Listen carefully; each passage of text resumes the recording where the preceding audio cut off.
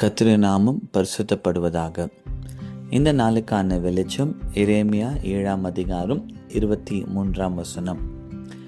என் வாக்குக்கு செவி கொடுங்கள், அப்பொழுது நான் உங்கள் தேவனாயிருப்பேன், நீங்கள் என் ஜனமாயிருப்பீர்கள்.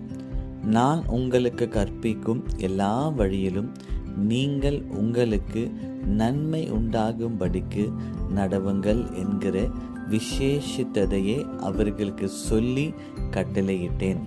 இந்த காலை வேளையில் கூட கர்த்தர் நமக்கு கொடுக்கிற வார்த்தை என்னவென்றால், நீங்கள் தேவனுடைய வார்த்தைக்கு செவி கொடுக்கும் பொழுது நாம் கர்த்தருடைய பிள்ளைகளாய் இருப்போம். நான் வார்த்தைக்கு செவி கொடுக்கிறேன் என்பதுக்கு அர்த்தம் நான் கேட்கிறவனாய் மாத்திரமல்ல, அந்த வார்த்தைக்கு நான் என்ன செய்ய வேண்டுமா, நான் செயல்படுகிறவனாய் இருக்கணும். Not only listeners of the word of God, but doers of the word of God.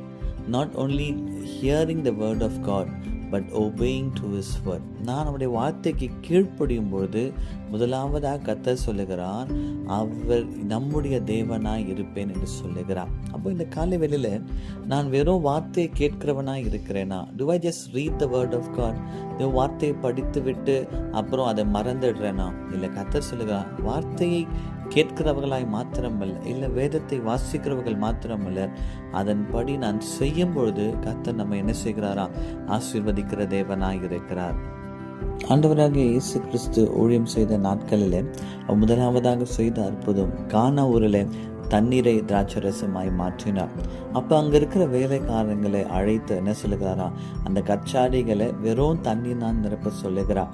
அப்போ அவங்க ஒரு வார்த்தை கூட திரும்ப கேட்காமல் அவர் சொன்னதை அப்படியே செய்தார்கள். தண்ணீரை கர்த்தர் நிரப்பின பின்பு என்ன சொல்லுகிறாரா?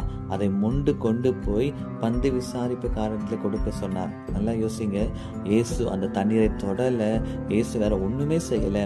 ஆனால் அவங்க அந்த பாத்திரத்தை தண்ணீர்லாம் நிரப்பின பின்பு அதை கொண்டு போய் அந்த பந்தி விசாரிப்பு காரணத்தை கொடுக்கும் போது அது திராட்சரசமாய் மாறினது.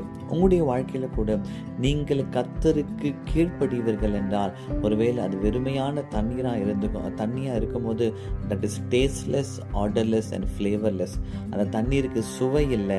ஆனால் எப்பொழுது கீழ்ப்படிந்தார்களோ அது சுவை மிகுந்த திராட்சரசமாய் மாறினது. அதே போல நீங்கள் இயேசுவின் வார்த்தைக்கு கீழ்ப்படிவீங்கன்னா, இன்னைக்கு கர்த்தர் உங்களை ஆசீர்வதித்து நம்முடைய தேவனாய் இருந்து நம்முடைய வாழ்க்கை ருசி உள்ளதாய் கர்த்தர் மாற்றுவார். அன்பின் பரலோக பிதாவே, இந்த காலை வேளையில் வார்த்தையை கேட்கிறவளாய் மாத்திரமல்ல, வார்த்தைக்கு கீழ்ப்படிய ஒப்பு கொடுக்கிறோம். இயேசுவின் நாமத்தில் பிதாவே, ஆமேன்.